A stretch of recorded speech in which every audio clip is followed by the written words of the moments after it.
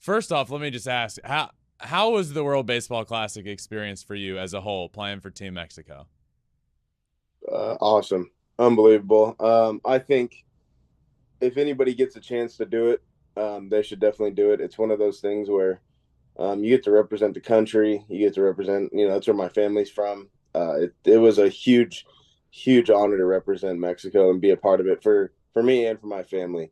And then to be on the team that's never gone that far in Mexican history. Really, it was a good look for Mexico. Really, I think is going to be a huge moment in kind of like Mexican baseball history where now kids are really going to want to be a part of it and to be a part of a team like that where we were so young and everybody kind of counted us out and we were really good. Do you speak Spanish? See, I mean, like, was it difficult for you in the locker room, or are you like fluent and good to go?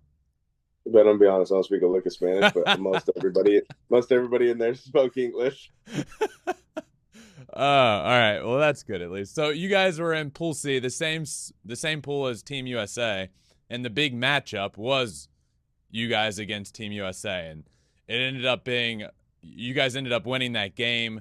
How how special of a game was that? I know it was just one of the games in the pool, but it had to mean something, you know? Like the USA Mexico has become a rivalry across all sports, really, and that was the first huge game of the tournament and between you guys. And how much did that mean for the team to take down Team USA and ultimately end up winning Pool C?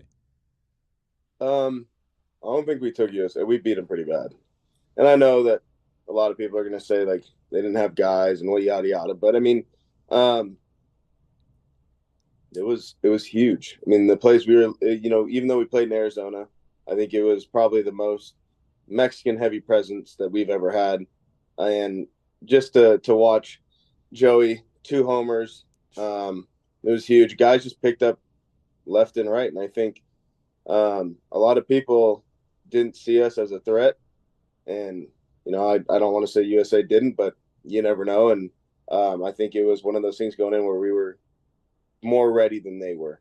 We knew what we were going up against, and we knew like being an underdog. So it was really good to play against. And a lot of people don't give us credit for the team we fielded. I mean, if Yeah. you look at all 9 of those guys that we ran out there, all 9 of us had big league time Yep. or were on a roster or on the team at the time. So it was one of those things where not a lot of people gave us credit for what we brought out there. Yeah, you end up winning the pool. I think shocking most of the baseball world in terms. I think people wrote you guys off again against Puerto Rico because you looked at their lineup and end up winning that game and then advancing to the semifinals. Like you said, the longest Team Mexico has ever made it in the tournament. I need to ask you, in the semis, you guys faced Team Japan, and Roki Sasaki was on the mound. How how would you explain facing Roki Sasaki? How good is he? He's 21 and would be an ace of a staff, pretty much 25 of the rotations, if I had to guess. I mean, he Jesus. was. It's a split that goes every direction. At some point in the pitch, it goes in whatever direction it wants to go.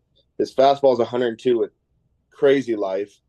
It Um, has life at 102. I knew it was 102. I just assumed it didn't have a ton of life to it like takes off. it. Like Jesus. I was trying to swing on top of this ball, like every time he threw it. He just but he's 21, so you think like a lot of these pitchers in the big leagues, you think of like who's the best pitcher at 21 in the big leagues? These guys are like still juniors in college. Yeah. Most 21-year-old pitchers in the minor leagues are like just cracking through. Like it's very rare you find somebody like that at 21 years old or whatever. So I can't imagine when he's ready to come out of Japan, it's gonna be he'll be the best pitcher Japan's best pitcher only Japan's gonna throw. Do you have a like do you have an MLB comp for him? Like who would it does he remind you of anybody you've faced?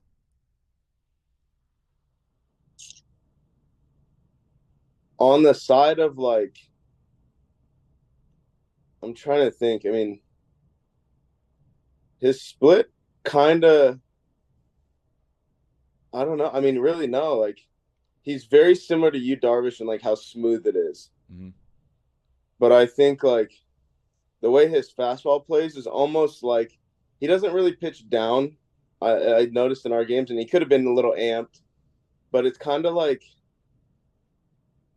it's a little bit like Hicks, like Jordan Hicks, a little bit Yeah. with like how the ball comes out of his hand. It's just so easy, and it just moves. Everything moves. So like I think if you look at it like, but his delivery is smooth. He has like the ideas behind more like a Darvish on like how to pitch and the style, but he's just young. Yeah. But I think over there and like the stuff that he has is going to translate so much over here. Where does that game, Team Mexico against Team Japan, where does that rank for you in the all-time baseball games that you've ever played in? I think when you talk about that kind of stuff, I think the classic in general has just been the top, beating USA. Um, Japan coming down to the wire. My Brewer teammate hitting a 3-run home run early in the Japan Yeah. game. Luis Urias, and it was just one of those things where it was like a crazy special moment to be a part of. And it wasn't just cool for me, it was cool for my family. It was cool for, the whole country of Mexico to show them that like you can do it, we can do it. But it was just really, really special times, and I think that's outside of, like the debut, maybe playing in my hometown for the first time. Those are probably the top moments or WBC moments. We kept hearing about how much that tournament and your team specifically meant to the country of Mexico for baseball. And, I just want, for you as a kid from California, were you able to grasp what you guys meant to the country and even the government? We heard about the government there being involved, and just were you able to grasp the effect that you guys were having on the people of Mexico? I would like to say yes, but I know that the guys that were born in Mexico, raised in Mexico, been through what they'd been through. Yeah.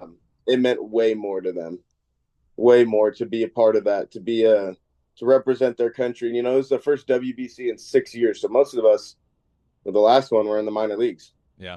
Or not even in professional baseball.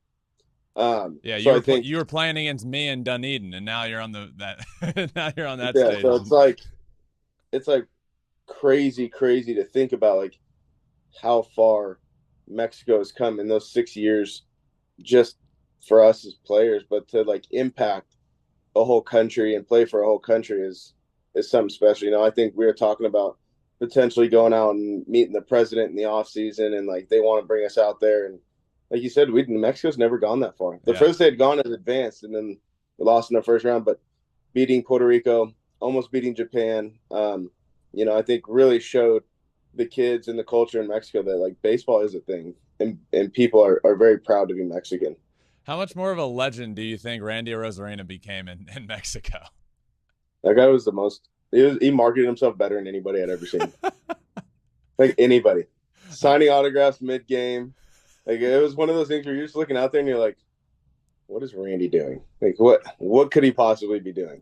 Thanks for watching. If you love Flippin Bats, swinging 3-0, or just talking ball, join us. Call us at 213-537-9339 with your questions. We have a weekly guest, and we have a lot of fun, so hit that subscribe button.